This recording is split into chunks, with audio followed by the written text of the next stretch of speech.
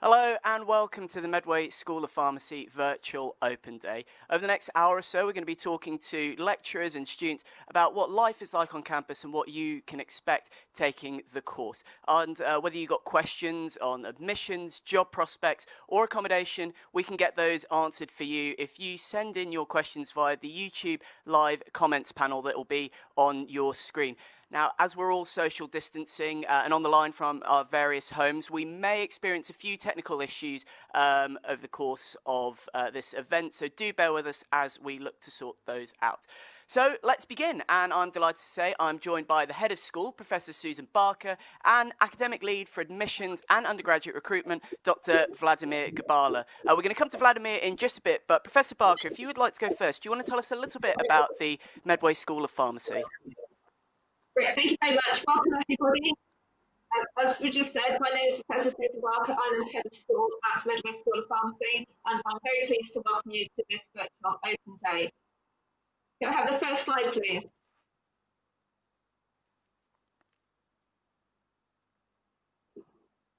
So with the Medway School of Pharmacy, we're actually a joint school between the two universities, University of Greenwich and University of Kent. That makes us very unique in the United Kingdom. We are the only school of pharmacy that has this dual relationship. And the benefit to our students from having this dual relationship is that you have entities, one for each university, and that means that you can access all the facilities of both universities. So whether that's sports facilities, accommodation facilities, or facilities. The one thing I'm always asked about Medway School of Pharmacy is where exactly is Medway? Well, Medway is the name of a local river, and it's also the name of the geographical region within Kent. So we're roughly halfway between London and Canterbury. We're about an hour either on the bus or the train from London, and from there, obviously, you can go to the rest of the UK, and train or the bus to Canterbury, and from there we go to Dover, and to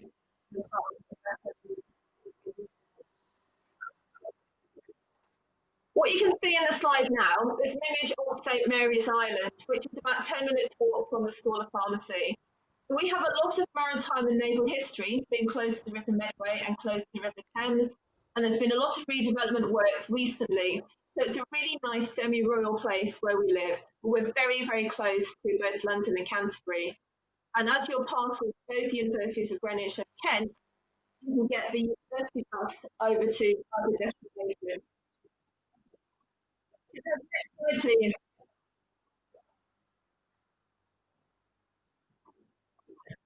So I said a minute ago that this pharmacy is part of two different universities. But on the campus, we actually have three universities in place. We have the University of Greenwich, University of Kent, and Canterbury Christchurch University. You'll meet students from all three universities studying and living together on the Medway campus at Chatham. Now, obviously, some parts of the campus belong individually to the three universities, but some parts are joint. So, for example, the social facilities, and I'd like to draw your attention to the red brick building in the bottom left-hand corner. This is called the Drill Hall Library, and it's where we recommend those students spend a large amount of their time. It's run as a facility for the three universities, and it's very famous as a library because it has the longest open library space of all universities in Europe. So I definitely recommend that you take full advantage of that facility. Next slide, please. So pharmacy is a healthcare profession. We're a core member of the healthcare team, and our role is to advise on the use of drugs and medicines.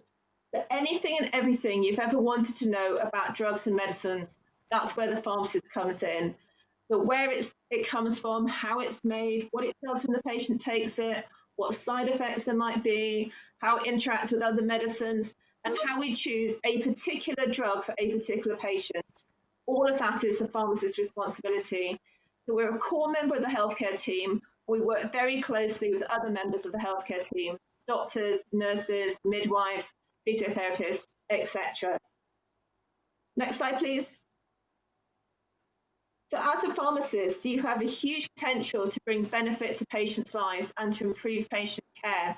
But it's a very responsible position because obviously you have great potential to do harm if you don't do it correctly. So pharmacy is a very responsible but very rewarding profession. And as such, you do get a lot of respect from other healthcare professionals and members of the general public. Next slide, please. So there's a number of steps to take if you wish to become a pharmacist. So the first one is to make sure you're studying the correct subjects at school. So that's chemistry, other sciences. Then you go to university to study a Master of Pharmacy degree.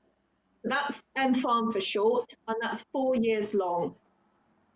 After you've studied your degree, you then have to do a year's professional training, and that's governed by our professional body, which is the General Pharmaceutical Council, or GPHC. So all pharmacy graduates in the whole country do something very similar in that pre-registration year. And at the end of that year, there's a final exam, which is the national exam taken by all students.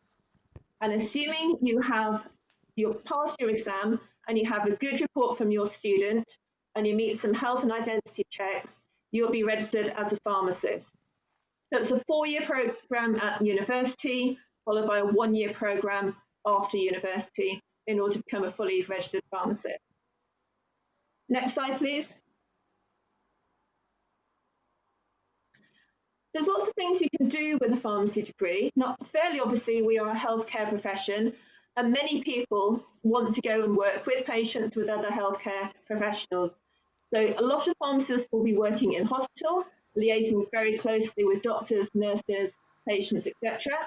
A lot of pharmacists will be working in the community pharmacy. That's probably where most of you have seen pharmacists in operation before. And they'll be again advising patients on medicine and advising doctors on how to prescribe it for patients. But there's a whole range of other things you can do with a pharmacy degree, which is not directly patient contacting. So for example, because we have a very heavy science component of the degree course, a lot of pharmacists work in the industry, developing new medicines, discovering new medicines. That's my background. I spent a long time in the pharmaceutical industry, developing new medicines, using new drugs that my chemistry colleagues had discovered.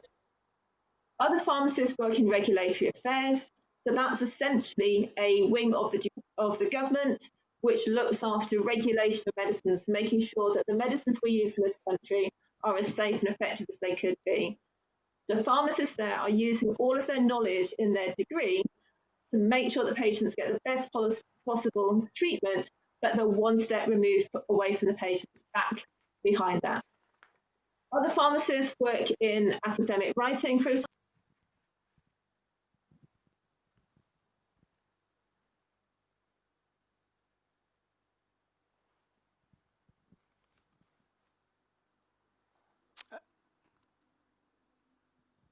Okay, I'm terribly sorry about that. As I said, we're all obviously remoting in from our locations while we're social distancing. We're going to try and get Professor Barker back on a little later on, but we're going to come to Dr. Vladimir Gabala first. Tell us a little bit more about what students can expect at Medway School of Pharmacy. Dr. Gabala, over to you. Thank you very much. Okay, so if you can please go to the first slide of my presentation. So thank you. So go to the next. So in our school, as Professor Barker was already hinting, we are training future pharmacists. So we are one of the almost 30 schools, registered schools, accredited schools of pharmacy in the United Kingdom. Well, we are in the southeast corner of the UK, as you know, so we have quite a few schools around us. If you go to the next slide, please. In our school, we offer a portfolio of undergraduate and postgraduate courses, but I will be talking today only about the undergraduate courses, and very specifically, I will be talking about a Master of Pharmacy and a Master of Pharmacy with Foundation Year. So those are the two main courses that we offer on the undergraduate level here at the Medway School of Pharmacy. So next slide, please. Okay, so the very first question, obviously, I usually get from students, what are the entry criteria for MPharm or MPharm with foundation year? So let's go for the MPharm, so Master of Pharmacy program. So under normal circumstances, we're looking at 3 A-level subjects with results of ABB. So this is what you should be aspiring to. You should be aspiring to get ABB from your A-levels. 2 of these subjects must be science-based subjects. 1 of them must be chemistry. It doesn't matter if it's A or B, but 1 of the subject must be chemistry. That's a requirement. The other 2 subjects, 1 must be scientific. 1 must be either chemistry, biology, maths, or physics, while the other can be non-scientific, but it has to be proper A-level subject. So this is what you are aspiring to. We do also consider students who study BTech, for example, or students who are studying international baccalaureate, or also many other international qualifications, which we then obviously have to check. Apart from the A-level studies or equivalents to A-level studies, we also require that every student does a GCSEs, of course, and we check that the students or the applicants who apply to our school achieve at least a level 5 or above in mathematics and English language on the GCSE levels.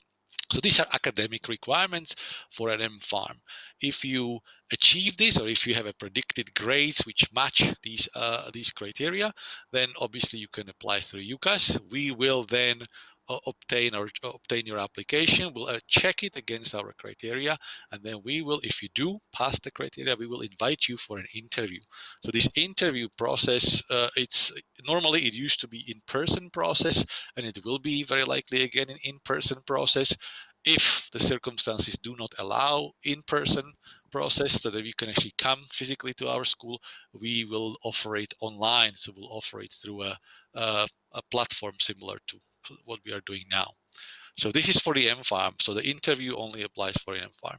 Then apart from the academic requirements, there are also non-academic requirements, but that will be the part of the process of the interview. I'll mention it in a minute. So that will be MPharm. So if we move on to MPharm with foundation year, so this course was specifically designed for students who maybe studied in a disadvantaged schools with disadvantaged backgrounds. Sometimes we understand that some students chose A-levels to study A-levels and then change their mind. So they would like to study something else, but they already made their choice. So this is exactly why we designed the MPharm with foundation year. So it will help students to progress to the MPharm program, which is a 4-year program. Now, MPharm with foundation year, it means there's an extra year, but as I will explain a little later, you will see that it pretty much just brings the level of knowledge of every student who studied the foundation year to a level that we are happy with, that we will be happy that the student will progress through the MPharm program without major problems. The entry criteria for foundation year are obviously lower than the entry criteria for MPharm.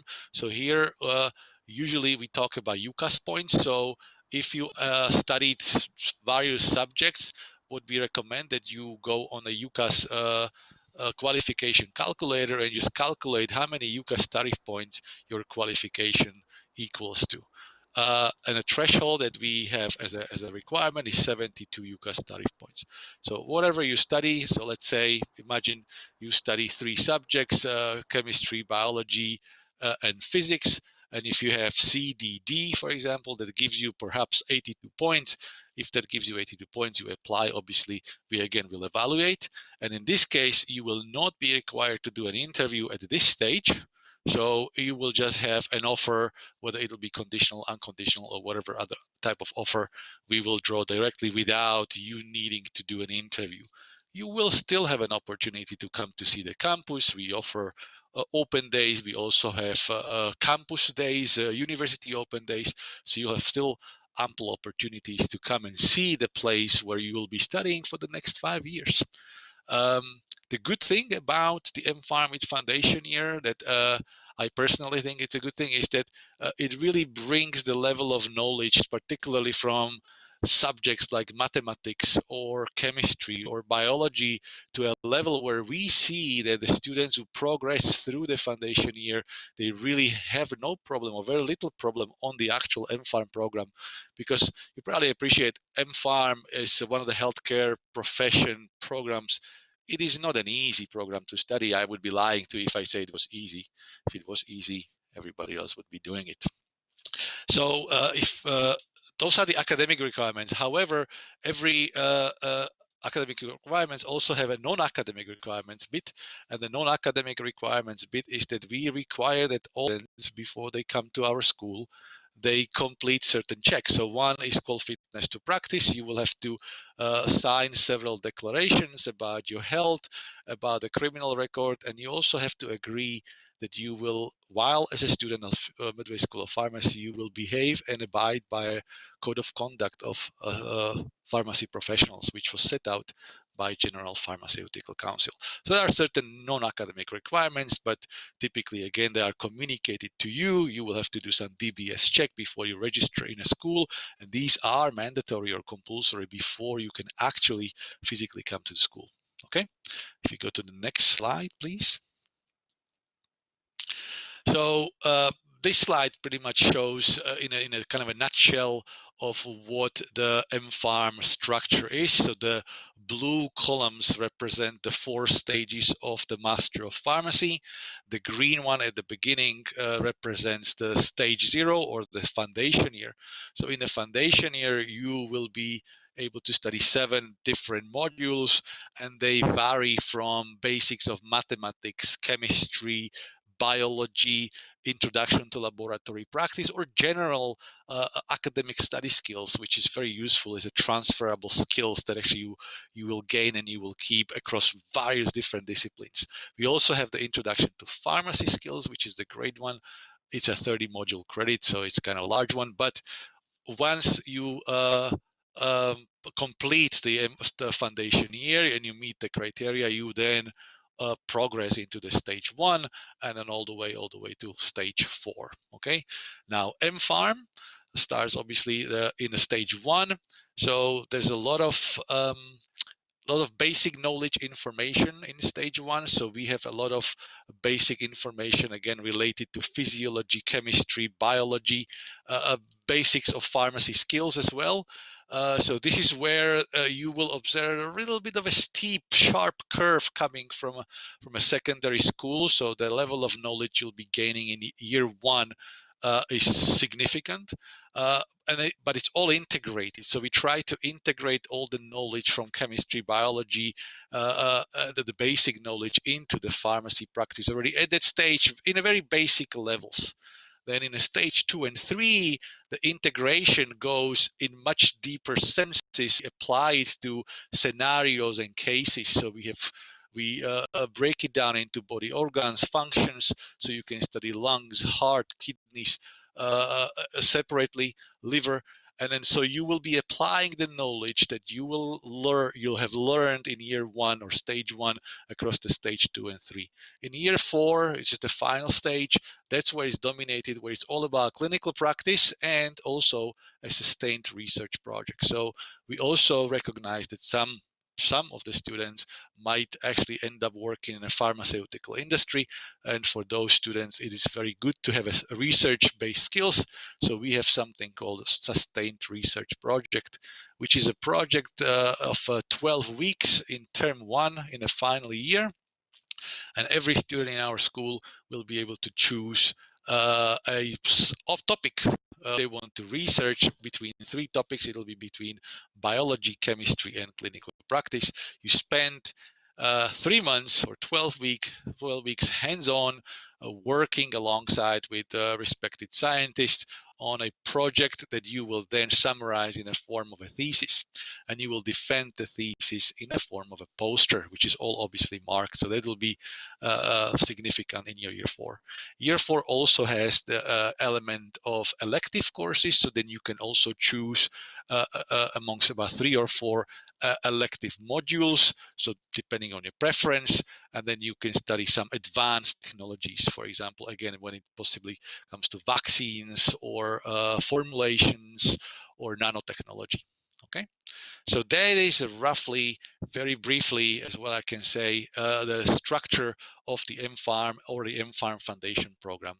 Okay, so MPharm, you can remember it's a 4-year program. MPharm Foundation would be the 5th year, is the year 0 of the foundation year. If you go to the next slide, please.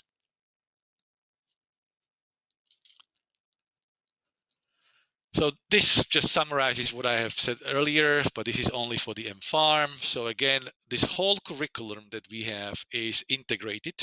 So integrated means that the knowledge in chemistry integrates with the knowledge of biology, the function. So whatever you learn about the drug, you also have to learn how the drug works, where the drug actually goes, how does the drug even get to the body.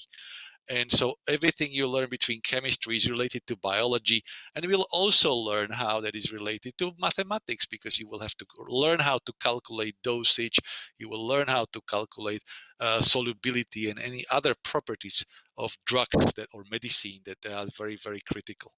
Um, Importantly also here is to say that as this gets integrated more and more throughout the 4 years, it becomes more scenario based. So in years 2, 3, and 4, we apply all these knowledge to scenarios, and this is very important. You will have a number of lessons, workshops, seminars that you will have to attend.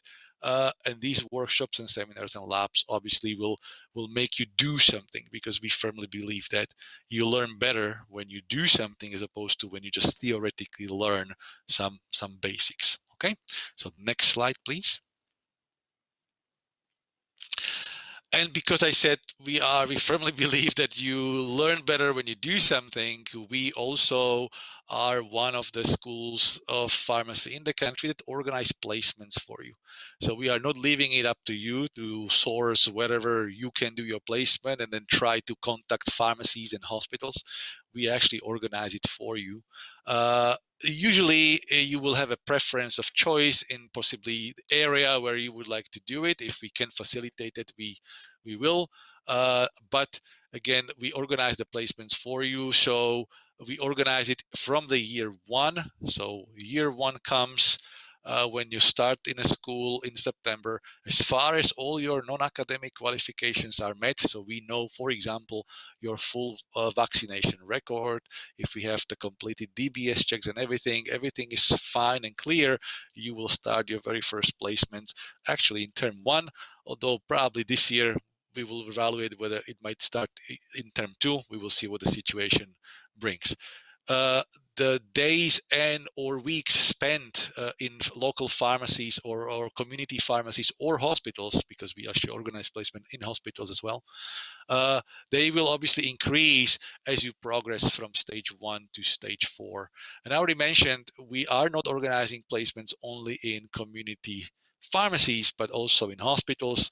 As you probably know, pharmacists are the critical part of the healthcare triangle in hospitals between doctors and nurses. You will be learning and developing clinical skills directly supervised by professional pharmacists in pharmacies, in hospitals, and you will learn what the difference is between these two environments, so that you can actually make a very knowledge-informed choice at the end of your study, whether you would like to work as a pharmacist in a hospital, or maybe you would like to work as a pharmacist in a community pharmacy, or maybe you would like to work in a drug regulation business, pharmaceutical industry.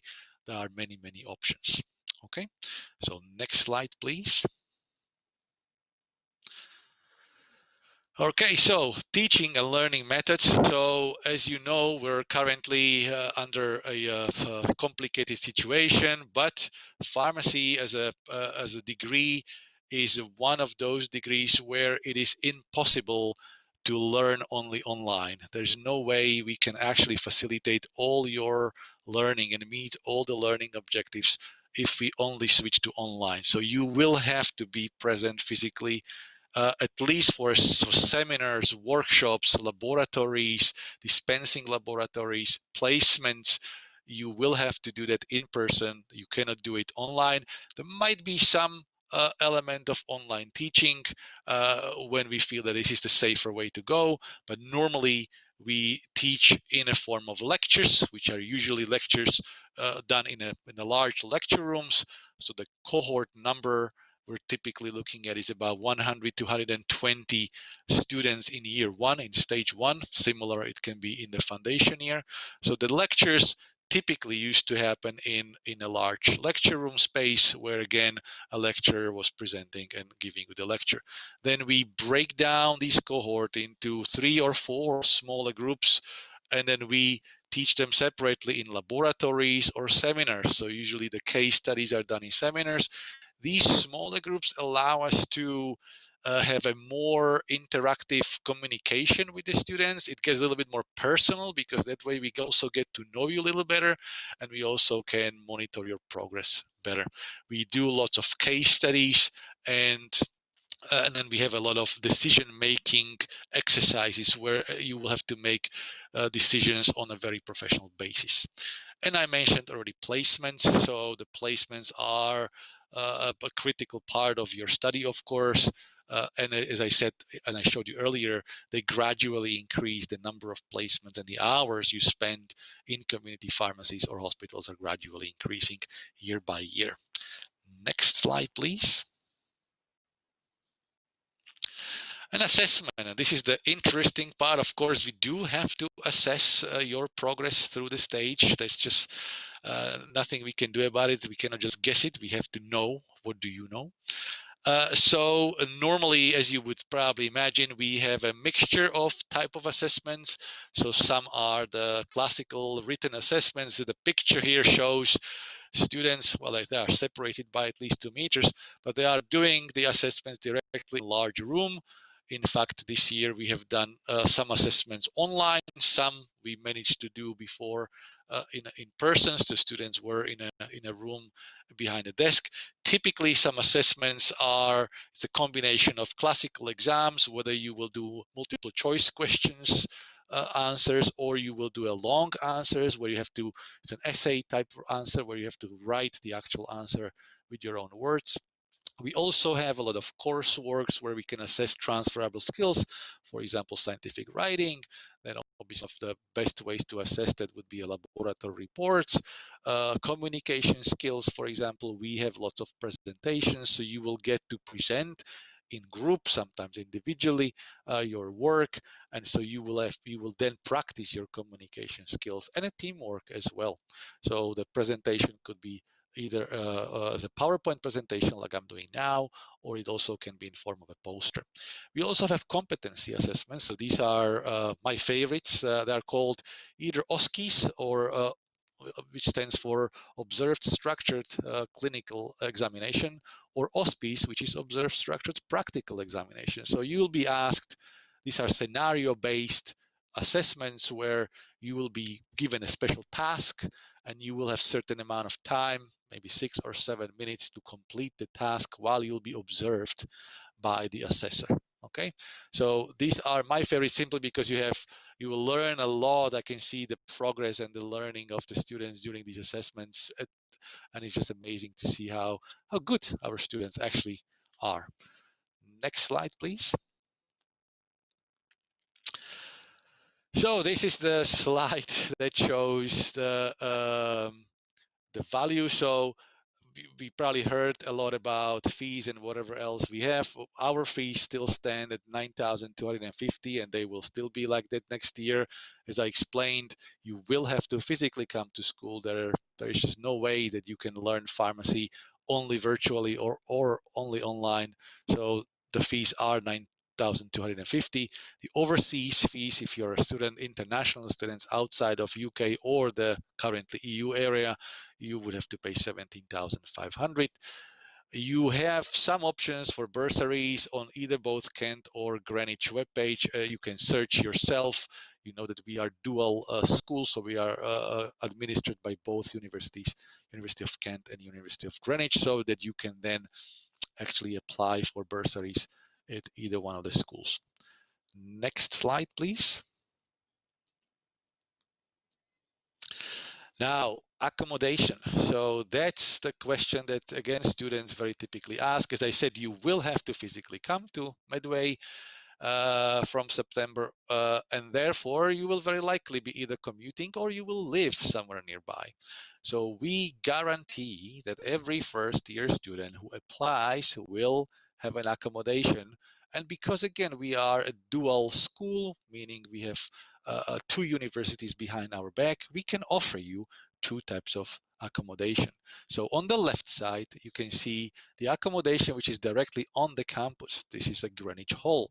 That's directly on the campus, so it's about 1 or 2 minutes walk from the university schools, buildings, or the lecture buildings. On the right-hand side, you can see the accommodation in the Liberty Keys, which is about 10 minutes walk from the campus. This is a little bit larger. It hosts more students, and there are specific buildings where the year one students stay. And then if you still choose to stay in this accommodation in year 2, 3, and 4, you will be in a separate building from the year one students, which tends to be a little bit noisy, as you probably could guess. Next slide, please. Price-wise, they are priced very competitively. There's very little difference, to be honest, between the two in terms of price, comfort, or what they cover. It is really the preference of whether you would like to be on campus, which is the Greenwich Halls, which a 40-week contract would cost you just a little shy, more than £5,600. If you choose to be 10 minutes walk off the campus, again, 38-week contracts would be just a little bit more than £5,800. So they're very similar in terms of a price. They're also very similar in terms of what they offer. The Liberty Keys, so the one on the right-hand side is slightly newer, but again, it's barely noticeable, really. Would this price cover those? It covers all utility charges. You would have all internet access in every room.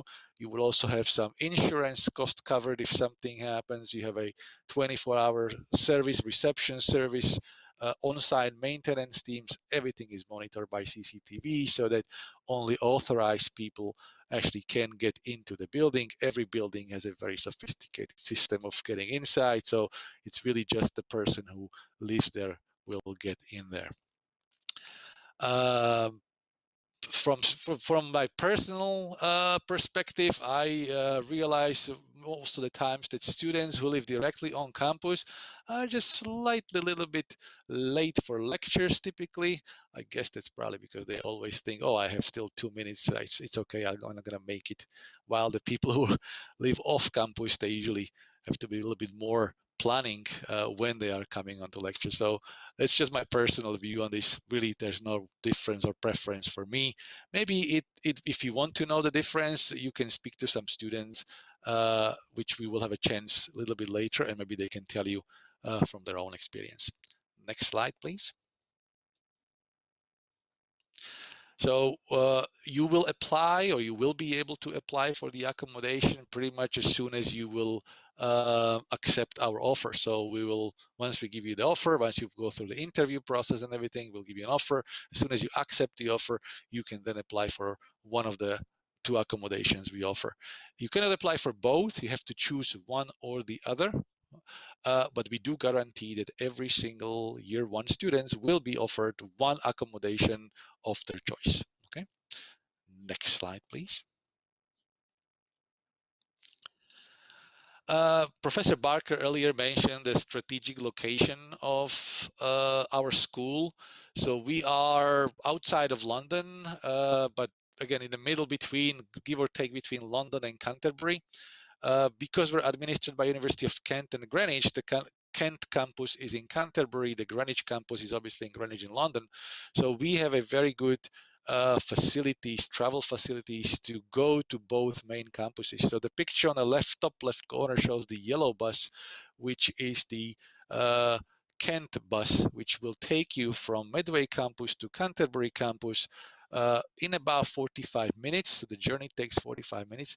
This bus is free of charge. So all you need is really, when you register as a School of Pharmacy students, you will have two cards. You will have a University of Greenwich card and University of Kent ID card. So if you want to go to Canterbury because you need to access a Templeman library or whatever other resources, then you will hop on this yellow bus, which goes directly from our campus. You will show the driver your Kent ID card, and in 45 minutes you'll be in Canterbury. This bus operates in term time pretty much every hour, even during a very late night hours. I think even midnight is the last bus, if I'm not mistaken. So this is the Kent bus. It goes between Canterbury and Medway every hour in term time. Then we also have a bus which goes to a Avery Hill or a main Greenwich campus. This is the University of Greenwich travel bus. For this one, this is not free. You will have to pay a very small fee depending how many tickets you buy. If you buy in bulk, the journey can cost you just a little bit more than £2, so it's very, very cheap. All the timings of the buses are timed so that the majority of the buses arrive in the morning before about 9 a.m. so that you can actually any lectures that start at 9 a.m. Professor Barker also showed you earlier a picture of a map which showed our link with the Europe and in London particularly. So if you are commuting from London, for example, Medway is just about 45, maybe even less. If you go from St. Pancras to Rochester, and then from Rochester you take a bus to Rochester, St. Pancras, Rochester is about 35 minutes. It's a high-speed train. If you go from London Victoria, that takes you approximately between 45 minutes to 60 minutes, depending on the type of train. We are close to Bluewater Shopping Center, which is about 25 minutes by bus, which goes directly from the campus. I'm also showing a Eurostar link because we are very close to a Ebbsfleet International Station, train station, from which you can, well, hopefully you will be able to hop on a train, and in about 2 hours you can be in Paris, you can be in Brussels, or you can be in Amsterdam, because the Eurostar now goes to all these 3 cities, as I mentioned. In fact, not that long ago, some students decided to go on a trip to Paris on a day trip. It was a Saturday, because they were able to buy the Eurostar tickets through University of Kent. They were discounted. The University of Kent offers a discount on these tickets. It cost them very little money, less in fact that it would cost you to go somewhere even within UK. And they actually were able to travel to Paris for just one day. So they hop on a very early train in the morning and they return back with a very late train in the night, but they spend the whole day in Paris. Okay, so thank you. The next slide. All right, we're just closing with a few more things as far as students' life goes. It's a small campus. Medway campus hosts approximately between 10,000 students and maybe 12,000 students a year. It's a confined area, reasonably small, but also very lively. We have obviously several unions where students organize activities for themselves. One of those that you will very likely consider to join is Medway Pharmacy Student Association, MPSA. You will have a chance to speak to the current president of MPSA a little bit later during this open day. So she will probably, I hope she will explain what are they planning to do. The pictures that I'm showing on a screen just are showing a bit of a snapshot of various activities MPSA, the Medway Pharmacy Student Association, organized over the last few years. So they typically organize some fun trips, for example, to Alton Towers or Winter Wonderland, ice skating sessions and quizzes and movie nights and whatever you have. So there's a lot of various things. One of the events of a year, or one of the major events of a year, is a pharmacy ball. So this is an event in which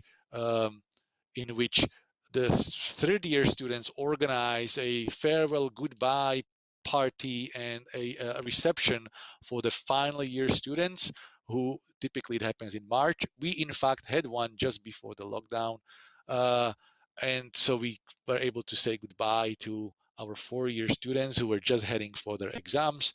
It's a great opportunity to dress up and then meet lecturers and friends.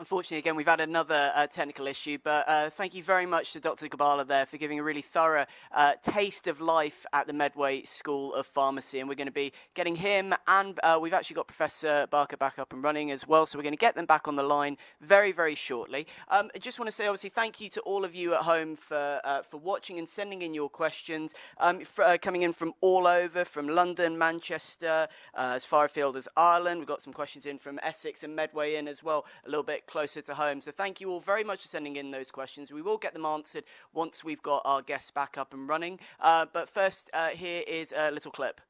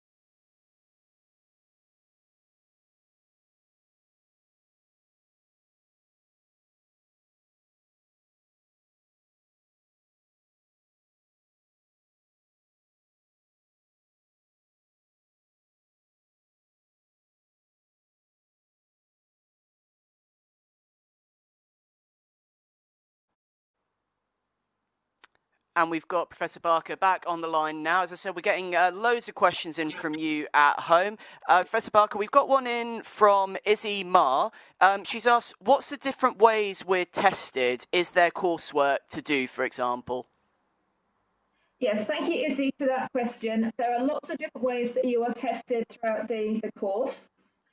At the end of the year, you'll have formal exams where you have sit down and answer paper with essay questions, multiple choice questions, etc. But during the year, there are a number of different coursework assessments that we give to you.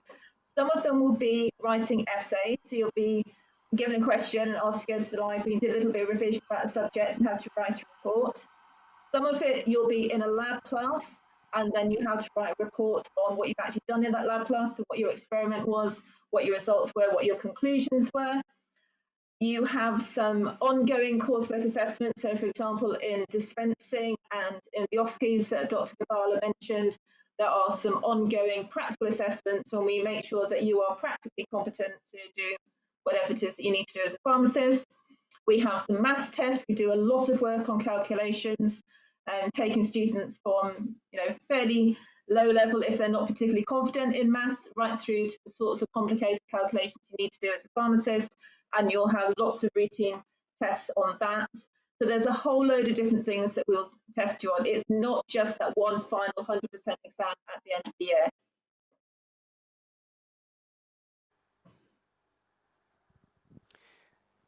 And I'm told we got Vlad back on the line as well. Good to have you back, Dr. Gabala. We got a question in that you'll be able to help us with, Dr. Gabala.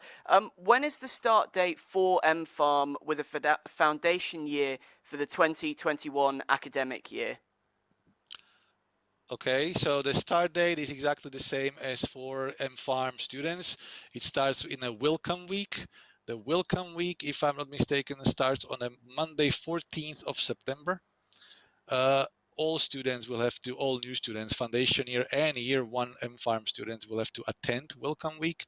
It's important that you all attend welcome week because that welcome week also contains a lot of information about the non-academic requirements that you will have to do, like a DBS checks, fitness to practice forms. So that week actually starts on a September 14th Monday. The week one of teaching starts the next Monday, which is Monday 21st of September. Thank you very much for that. That came from Jemima in Manchester. She sent in a few more questions. We'll get those answered shortly. Back over to you, Professor Barker. You were talking about those different forms of coursework and testing over the duration of the degree. We got a question in from Beza. She's asked, do we have to take an exam when we start the course at the very beginning? Hello, Beta. No, you don't have to take an exam when you start. Whatever your qualifications you have from school, whether it's A levels or BTEC, that's what we assess you on when you come into the class. What we will do, though, is give you an assessment on maths and English capability, and that's so that we know how competent students are at those particular elements, and we'll know whether we need to give some extra tuition to students who may, for example, not have done A-level maths. So in summary, no, we take your school qualifications for your entry. Any initial evaluations we do is for your own benefit so that we can target extra help where it's needed. And staying with you, Professor Barker, as I said, we've got a few questions in from Jemima. She sent in this one, how much the degree is online? She's kind of asking in terms of what resources she's going to need to buy in advance. Okay, so as Dr. Carla mentioned before, in a normal year, we'd expect students to physically attend all the time, all the way through the 4 years of the course. Now, in the current situation with COVID-19, when we're having to socially distance, we're going to a more blended learning approach, at least for the initial few weeks of term. And what that means is a lot of the lectures that we'd normally do in big groups of maybe 100 students, they will be online, but students will be expected to come into campus in smaller groups for some intensive work in workshops, seminar, problem classes, practical classes, etc. We have what's called a virtual learning environment called Moodle in the university. So all the teaching materials that you require will be loaded up onto Moodle, and then you can just download the lecture notes and listen to the recordings on the lectures there. So what you will need is access to a computer and access to the internet at home. When you come onto campus, then any information that you need in terms of the learning will be provided for you. So things like the worksheets that you need for the practical classes, things like books, etc., that you need for the seminars will be there.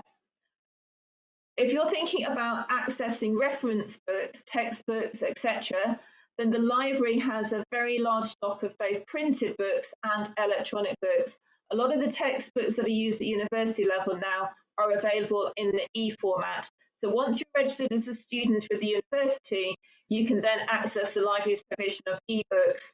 So when we say we recommend you read around this subject in X textbook, most of the time that textbook will be available in an electronic format for the library, so you can just download and access it that way. Thank you very much, Professor Barker. A question from Roisin in Ireland. This one probably for you, Dr. Kabala. You're talking a little bit about that social life and accommodation options at the School of Pharmacy. Roisin's question, can you apply for accommodation at Medway if you have chosen it as your insurance choice? You can apply as far as you accept the offer. Yes, you can apply for that. Obviously, when it comes to confirmation, that's when you will have the communication between the accommodation of the choice. So yes, you can apply. That's the simple answer.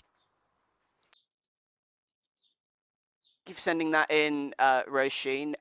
Back to you, Professor Barker. You were talking a little bit about how the kind of the course is taught, and obviously we're in a very fast developing situation with the coronavirus, and there's obviously going to be an effect on campus life and how that works. And we got another question in from Jemima kind of relating to that, probably more of a long-term one, obviously, with the situation at the moment. Do MPharm students have the option to study abroad post-coronavirus, obviously? If so, will those international placements be a semester long or a year long? I guess kind of talking a little bit about those international options, if there are them. Okay, that's a very good question. Now, pharmacy is quite different in that it's a coherent, integrated program for the whole of the 4 years. So there isn't the option to go away for a semester or for a year like there are in some programs. And that's because pharmacy is taught differently in different universities and different countries. So, for example, if you were to go and spend a semester in France or Germany, it would not necessarily be the same work that you're conducting is if you are staying for that semester back at base in the UK. So the answer to that one is no, there isn't really the facility within the pharmacy course to take a semester out and go abroad. Having said that, we do have some Erasmus agreements with other universities, particularly in France. And if you're interested in sort of a summer exchange project, then we can arrange that. That will be easier to arrange. And that's essentially done in your summertime rather than our term time. And we've heard a little bit about some of those the placements, and the placement being in stage 1, of course. A question from Amrita: is it a 1-day placement every week, or is it a little bit longer than that? Well, it depends which year group you're in. So we start off relatively small scale in year 1, and the students spend some time in community pharmacies, and that will be these local community pharmacies around the Chatham Kent area. And then as we build up the course through year 2 and year 3, the placements become longer. So in year 3, you'll do an intensive week in hospital and some time in community pharmacy. In year 2, you'll have some time in community and some time in hospital. And then in year 4, between the year 3 and year 4, we ask the students to undertake a 2-week placement in a situation of their choice. So in years 1, 2, and 3, we control the placements. We make sure that everybody gets an equal opportunity to go to hospital and community pharmacy. And then between year 3 and year 4, if you know that you want to specialise in hospital pharmacy, your placement will be in hospital pharmacy. If you know that you want to specialise in community, your placement should be in community. But we start off small and kind of build up as we go through the course. We'll be hearing from some students in just a sec who can talk about their experiences on those placements, of course. Just to say, we're coming to the end of this section of the event very shortly. We're obviously getting loads of questions in from you, so do keep them coming. If we don't get them answered by Professor Barker and Dr. Kabbalah will be back later on, and we'll have some students and also a lecturer as well to answer your questions. Dr. Gabala, we've got a question in about DBS checks that you mentioned in your presentation. Alexandra sent in this question: when do we do our DBS checks? Okay, that's a very good question. So for the MPharm students who start directly from September in year 1, so not for the foundation students, MPharm students who go to stage 1, the DBS checks will be done as soon as we confirm their place on the MPharm program. So in August, later in August, during the confirmation time, they will receive an unconditional offer, presumably, which as soon as they accept, they will then receive instructions. So we send physically as a paper copy and also electronically instructions how to register as a student, and the instructions very specifically speak about how do you go about the DBS check. So the DBS check is offered through University of Greenwich this time, and then you will have to click and register through a certain web page, pay the fee, and then pretty much forget about it, because the results come back again to the University of Greenwich and will come back to us. But it has to happen before you register as a student, before the welcome week I mentioned, which starts on September 14th. For MPharm foundation students, the DBS check is not necessary directly in the foundation year. The DBS checks will be then necessary when they will be transferring from the foundation year to year 1. Dr. Kabbalah, thank you very much. We're going to be coming back to you in just a sec, but we have to say bye to Professor Barker for now. Thank you very much for joining us this afternoon. As I said, do keep sending in your questions. We'll get them answered over the course of the rest of this virtual open day. But we're going to be hearing from a couple of students and a lecturer in just a few minutes' time.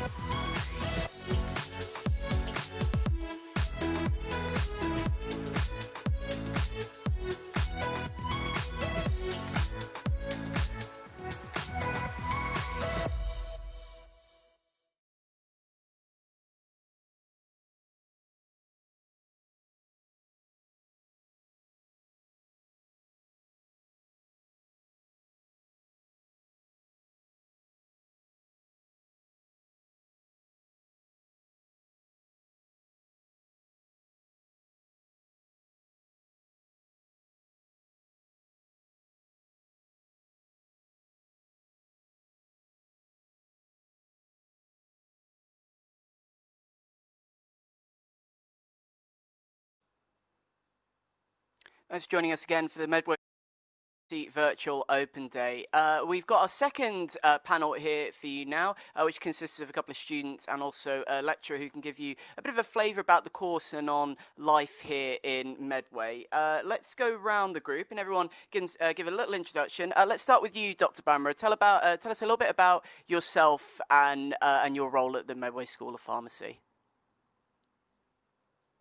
I'm Dr. Sukhvinder Bamra. I'm a lecturer in pharmacy, clinical and professional practice here at the Medway School of Pharmacy. I'm also a practicing pharmacist, so I work in community pharmacy, which is where I integrate my professional practice and my teaching. I teach on all 4 years of the pharmacy programme. So in years 1 to 3, I cover responding to symptoms, which is a key role for pharmacists when considering if a patient is presenting with symptoms which are of a minor condition or if it's something more serious, and then thinking about treatment options which would be appropriate for a patient. And then in year 2, I do pediatrics, infectious disease and antimicrobials, and in the 4th year I teach on complementary and alternative medicines, and I focus on herbal medicines, which is also where I focus my research interest. Thank you very much, Dr. Bamra. We'll have some questions for you in just a sec. Emily, would you like to tell us a little bit about your time at Kent?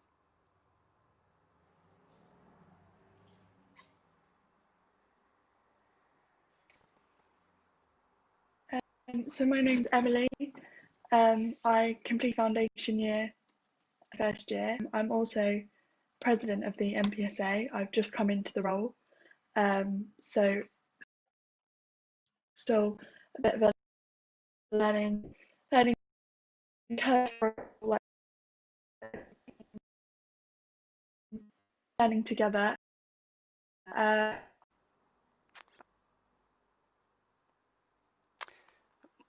apologies again. We'll come back to Emily shortly, hopefully. Kevin, let's go to you. Tell us a little bit about your student experience and what studying at the Medway School of Pharmacy has been like for you. Yeah, thanks. So my name's Kevin. I'm a current first year student, about to progress on to year 2. I came through the foundation program with Medway School of Pharmacy. So this is my 2nd year that I've just completed at the university. I'd be classed as a mature student. I'm 36, so I'm a little bit older.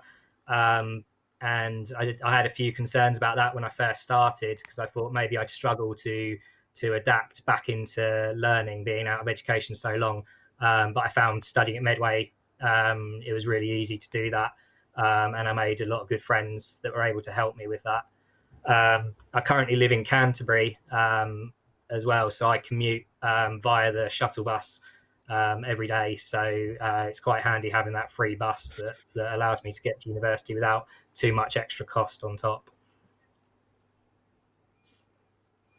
Absolutely. And to all of you watching at home, thank you again for sending in your questions. We can get some answered about the course, and maybe if you've got questions about student life or assessments or that sort of thing, do keep them coming in. We're getting a load of them, which is fantastic. Kevin, just sticking with you, you talking a little bit about how you came to the School of Pharmacy as a mature student. Why did you want to come back to education, and what was it about the Medway School of Pharmacy that really stood out for you and has been welcoming? I've been working in pharmacy for the past 12 years in various roles.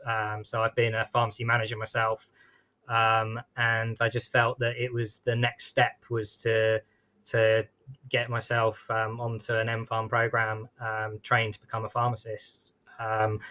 And I chose Medway partly because of its location, because I live in Kent. I've lived in Kent for the last 15 years. And also working in pharmacy, I've worked with quite a few pre-reg pharmacists and qualified pharmacists who studied at Medway, and they all had good things to say. So I took their advice based on that. And Dr. Bammer, a question for you. You're talking about what you do on the course. We always hear there's always questions about contact hours that students will have with their lecturers. What's that like for the Medway School of Pharmacy? How many hours is it in a week? How is it divvied up? What can you tell us about that?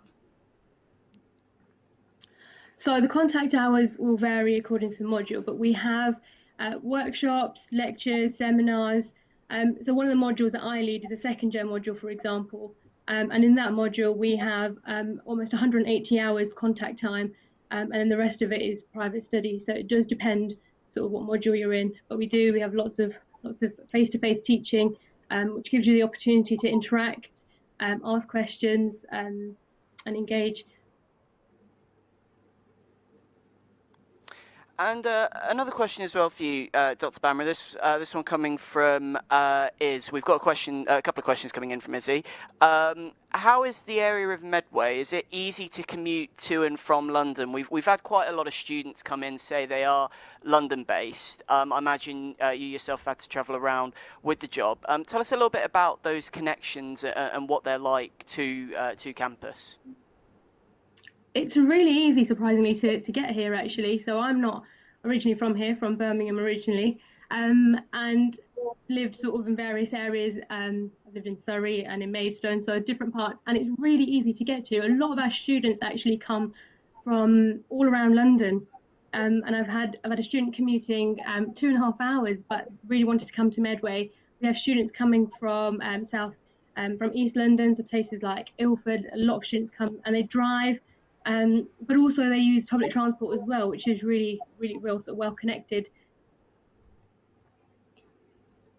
That's really great to hear, and it shows that those accessibility links, which is so important to many students. We've got Emily back with us now. Emily, as you said, heard a little earlier on, is a student and president of the Medway School of Pharmacy Student Society. We've got a question in, Emily, from Izzy. Is there help with the pre-registration placement? I guess kind of with this question, it's more asking about that support there from students. What's that like, and how does the society enhance that student experience?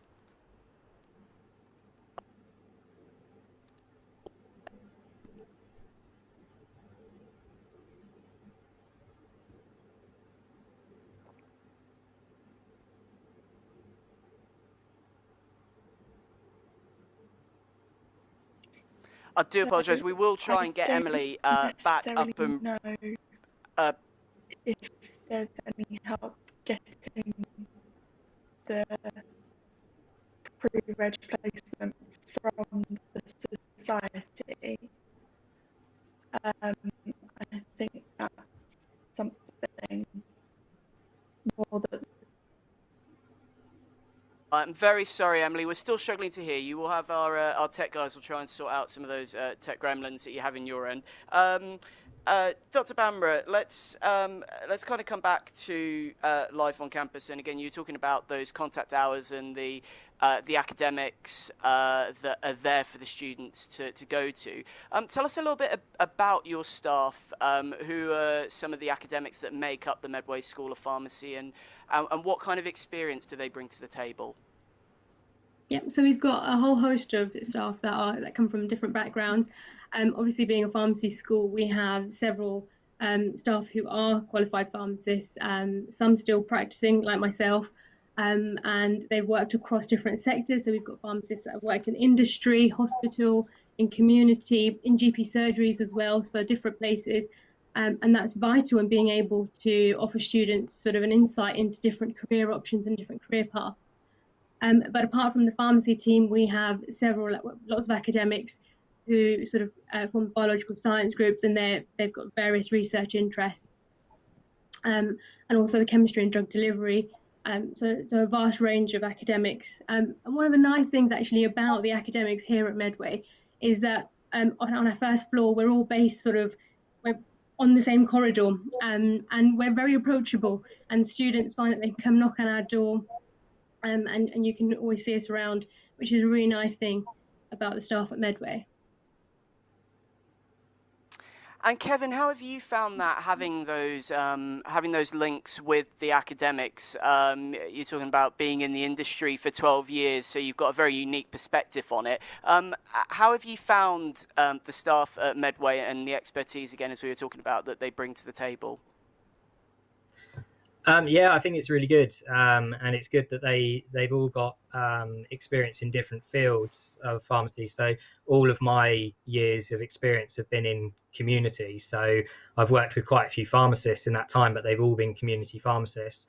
Having so many different like levels of experience and people that have worked in um, hospital or in the industry, it gives me a different perspective to look at as to what I might want to do once I finish at the university. We've had a question coming in specifically for you, Kevin. Tell us how you feel the school has supported you going through the foundation year and going into year one.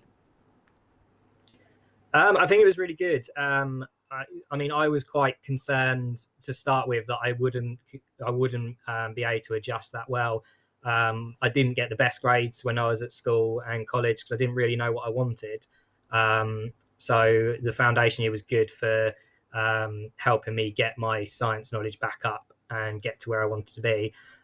Luckily, I personally didn't feel I needed too much additional support from academics. I had a good group of friends that I'd made who I was able to study with, and I was able to get help from them. But there was a lot of opportunity for help, and if I did have any concerns, I could go to academics. I know if people struggle with maths, they have maths and statistics help that's run most weeks at the university. There's also people that can help you if you struggle with any kind of writing or academic writing. So there's always people that you can approach if you are struggling or if you need help. And I personally found that it was my peers and the other students that are actually my help that to help me adjust back into education. One of the things many students are going to be, and prospective students are going to be wondering is how the Medway School of Pharmacy, how that's going to enhance their job prospects after they've finished their degree. Kevin, how have you found your experience and talking to others who've come through the School of Pharmacy? How have you found taking the degree is kind of setting them up for that career post-university? I think it's important because obviously to become a pharmacist you have to do the degree. There isn't another option. There is no other route in, so you do need that degree. And if you've got that degree and you complete that pre-reg training afterwards, once you've got it, you will be employable by most pharmacies in the country. There's quite a lot of work. I always see requests for pharmacists, and there's always a need for them in the area. So there are quite a few job prospects in community alone, let alone in the other fields. And I know that the people that I've spoken to have studied at Medway have said that there was a good amount of support for them once they had their degree and they were going through the pre-reg program as well. So. Fantastic. Now, just because we're coming to the end of this section now, we've got a question for both of you. We're going to come to Dr. Bamra first to answer this one. Quite an all-encompassing one about the Medway School of Pharmacy experience. Dr. Bamra, what makes Medway different from other universities and makes the School of Pharmacy stand out? For me, the fact that we're quite an intimate school, we're quite small, but we established good sort of relationships with our students, and because the lecturers are so approachable and you can talk to us and ask us questions, I really like that. Going to my experience as a student and what it is now for students is very different, and I think it's much better. And I think the relationships that we have with staff, students, and the atmosphere that we have and the support networks that we provide make it what it is and make Medway so amazing. And Kevin, same question for you. What's made Medway stand out? I think for me, it's having the two universities. So it's not just one university. So we get you've got both Kent and Greenwich, which means we get the benefits from both in a way. I like the fact it's easy to commute to. A lot of the people in my cohort do commute in either from London or from surrounding towns, or like myself from Canterbury. And I just think having the ease of transport to get in is really useful. It also means that if people want to go out in the social side of it, especially during freshers and things, you've got Canterbury so close, which is a good night out, and you've got the other places like London, and you've also got Maidstone and other towns. So there's a lot around for people to do. Now, Emily, we got back now. Emily, you were telling us a little bit about the Medway School of Pharmacy Society. We will be hearing from you again later on, but just give us a little bit of an introduction into the society and the support and the activities that prospective students can enjoy. So we're planning on running lots of events throughout Freshers Week, if Freshers Week can go ahead, and everything. Obviously, with the situation at the moment, it's a bit sort of touch and go on what we can do, but we really hope to put a lot of events on. We'll do so like quizzes and things like that, so we can put things on online as well, Zoom calls and things like that. So there's lots of stuff that we can still put on for students, and it's just a nice way to meet everyone from other years. So I know, like last year, when I sort of joined the society as a committee member, I went to all these events and sort of really threw myself in, and it was amazing. I've made friends in third year, in second year. It's a really nice way to get to know students, throughout all the years, and really bring the whole school together. So especially with the pharmacy ball that we hold in March, everyone gets together. So there are awards for fourth years, sort of as their sort of send off from everyone, but lecturers go. So it's a really nice way to really get to know everyone in a much better way than just going to your lectures and sort of keeping yourself to yourself. I think that's really good, a good thing to hear for prospective students, that it is that kind of work hard, play hard kind of life at Medway School of Pharmacy. You do have the support there from the academic point of view, but also, as you said, there's lots to enjoy and there's an experience there as well. How would you value the Medway School of Pharmacy experience for yourself, Emily? Probably the best thing that's ever happened to me. I actually came through clearing. I'd never sort of heard of Medway School of Pharmacy when I was looking around, and for me, everything was a sudden change of plan, like Dr. Gabala said, and that's why the foundation year was so valuable to me. I'd really struggled with chemistry, didn't take it at A level. I took maths, physics, and biology, and I've just had provisional exam results back, and they are incredible.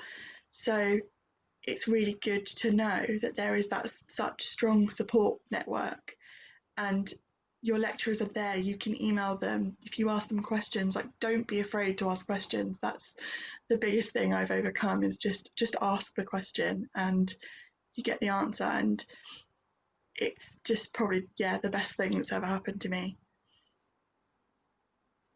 Emily, we're delighted we managed to get you back on the line, and we'll come back to you in just a sec. We'll also be joined again by Dr. Gabala for the last part of this event. But for now, Dr. Bamra and Kevin, thank you very much for joining us and answering all those questions that are coming in, and do keep them coming in. We'll get those answered in the last part of our event, which is coming up in just a few minutes' time.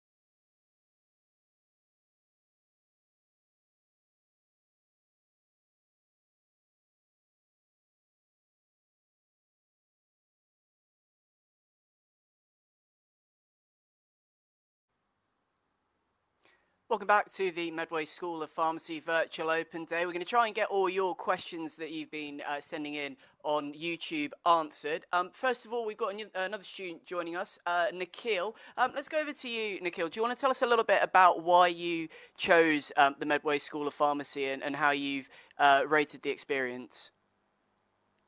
Yep, hi there. So I'm currently finished my third year. I'm a student ambassador as well, and in terms of my experience at Medway, it's been very interesting. It's been very enjoyable. I've enjoyed the fact that I'm able to utilize both the Greenwich main campus and Canterbury as well. I've met a lot of great friends, lifelong friends, and the course has been very challenging, very interesting as well. And I'm just looking forward to right now apply for pre-reg and hopefully work in hospital. I've had a lot of exposure in community, so by working in a pre-reg in hospital, it would allow me to make a more informed choice of what I want to do afterwards. You know, whether I want to stay in community or pursue more in hospital, or maybe take a different avenue.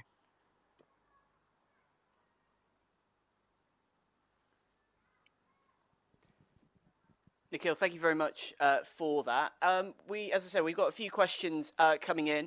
Dr. Kabbalah, welcome back. We've got a question for you from Bella. She said, what will happen to private candidates who applied this year who can't get their predicted grades? That's a very good question. So we're still trying to figure out the best way how to accommodate those candidates. So I think in the next, I would say a week or so, probably within a week, we will be contacting those candidates and then informing them about what's next, what can they do, or what can we do for them, so that they can either start in September or they would have to defer or whatever. So we'll be confirming it very shortly. We unfortunately, pharmacy is a program that's regulated not only by university regulations but also by regulations of the regulator, which is General Pharmaceutical Council. So before we do anything, we have to make sure that we comply with all possible regulations. So I cannot give you a straight answer right now, but it will come very soon, and we'll communicate it with every applicant that applies to our school individually. Yeah, very much a watch this space kind of scenario. Kind of keeping with that, Dr. Kabbalah, we got a question from Edric. He's asked, how much leniency is there, if any, with entry requirements? So the entry requirements, as I said, there are standard entry requirements, that the ones that are published on our webpage. You should aspire to obviously achieve that level. So the ABB in A levels or equivalence in other subjects. When it comes to confirmation, as you probably know, it always drops to some degree. So these levels drops, but it's impossible to predict how much it drops, because that depends on the cohort of the applicants. So if you, let's say, have very super strong applicants and all achieve ABB, it will not drop below ABB. On the other hand, if the applicants are not as strong, for example, as for ABB, it may drop to BBB or below, then it might drop. So it varies year to year, but it again depends on the application year. This year, it's hard to predict. I think some students will be maybe thinking of deferring. I don't know exactly what the students will be doing next year. You have to remember that next year, if you think you want to defer and then apply next year, you will be competing with another brand new cohort. So I think this is the year when, again, if this is the year when you are supposed to do your A levels, I think is still your best option to apply now. Absolutely. Emily, coming back to you, you were talking about how you've enjoyed the experience at the Medway School of Pharmacy. Tell us a little bit more about that in terms of the course. What have been some of your highlights on the course? I'm thinking in terms of modules and placements and the experience there. So my favourite part of the course has definitely been like the dispensing labs and labs in general, really.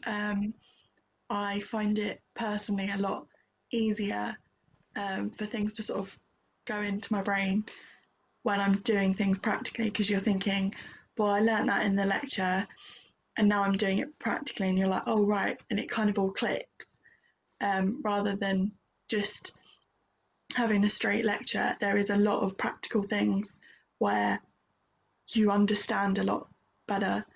And unfortunately, my second placement was unable to go ahead this year due to COVID. But I really enjoyed our first placement, which was half a day in Boots, which you just got to sort of see everything behind the scenes, how things work, and rather than just how as a customer you go into a pharmacy, you see what actually goes on, which for me, having not done any work experience, was really, really valuable, and I can't wait to go on more placements. Yeah, as you said, really invaluable to get that experience, and it sounds like there's lots of opportunities on the course to have those. Nikhil, tell us a little bit about what the environment on campus and the student life experience has been like for you. I think for me, it's been quite a varied experience, namely because I've taken the initiative to also be part of societies as well. So last year I was events manager for MPSA, and it was a very successful year for us because we were the first society to win Society of the Year for our course. It was very good. We held a variety of events. So we did in November, we held a boat party across the Thames with other universities such as King's, Kingston, and UCL. It was very successful, and we also did a range of events, as Dr. Gopala mentioned at the start of his presentation. And for me as well, because it is a smaller campus, I feel like when you have the right group of people, there's lots of things that you can do, especially because of the fact that you can also utilize both main campuses in Canterbury and Greenwich. So you can join their societies, you can go to their events, you can use their library facilities, or even take the shuttle bus and enjoy the day there. So it's been quite varied for me, and I've enjoyed everything so far. That's really good to hear, something that prospective students will be really excited to hear about. Speaking of, we've obviously got some of those questions coming in from prospective students. Dr. Gopala, you were talking a little bit earlier about the DBS checks, and we got a question from Lauren asking what if she or other prospective students already have a valid advanced DBS. All right, yes. So unfortunately, despite that it might be valid, it depends on the validation. They have to communicate if they have valid DBS checks with our school first. We will then check if the validity is sufficiently long for us to accept it, or we will then might say, okay, you still have to take a new DBS check as instructed in the instructions. Every DBS check, in fact, is only valid for a certain amount of time. So depending on how long is the DBS check, we will be able to do that. But it is very likely that we will ask for a new DBS check, and that will be something that the students will be doing routinely, periodically, pretty much from the moment they walk into our school until the time they register as a pharmacist. And as they register as a pharmacist, they'll keep doing that until they will be practicing pharmacy. And a question from Edna, Dr. Gopala, and you spoke a little bit about it in the first panel, but for some of those who might be joining a little bit later, will the university be having physical sessions and teaching on the 14th of December, and therefore no online classes, or is it going to be kind of a mix of or blended teaching, as I think the term is called? Yeah. So that's a very good question, and I wish I had a crystal ball to tell you 100% it'll be one or the other, but that's not possible. But what we do know is that studying for a pharmacy or pharmacy degree, it is not possible to study everything online. So we cannot have only online teaching in our school. So physically, you will have to be present on our campus as of September 14th, when the Welcome Week starts. we will try to minimize any kind of risk. If there's a second wave or whatever else, we will have to adapt to those change conditions. But it is possible that the big lectures, typically in which we bring 100, 120 students in a room, will be replaced with some online teaching, pre-recording, and through the e-learning, through the Moodle system that we have in our school. But at the same time, we will then break down this cohort into smaller groups, and we will teach those groups in person in a smaller groups for seminars, workshops, lab session. Emily mentioned dispensing laboratories. So we'll just have to observe any sort of social distancing, but you will have to be present physically in those labs, and you will have to do that contact teaching. It's just not possible for certain professions to actually study only online. As you said, working on those, on the kind of the regulations there and how that's going to work. And I'm sure if students had any further questions about that as the situation unfolds, there'll be further information there. We've got another question here about the pre-registration placement. Nikhil, did you find you had a lot of help with the pre-registration placement in getting it fixed and finalised and going to where you thought you would be going? So currently, I haven't secured a placement yet because the applications have only started. They only opened from the 10th of June. So right up until now, at this stage, we just my cohort, we apply, and then we don't get our offers until November. So there's a process in having to do the application and then booking the test centers. From what I've seen is that there's 3 aspects that they test us on. So the mini multiple interviews, the SJT, and the numeracy test.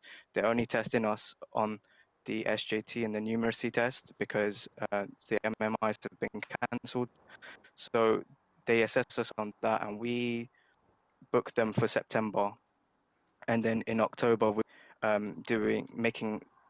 choosing our preferences, and then November is when we'll get our result. A question for Emily now.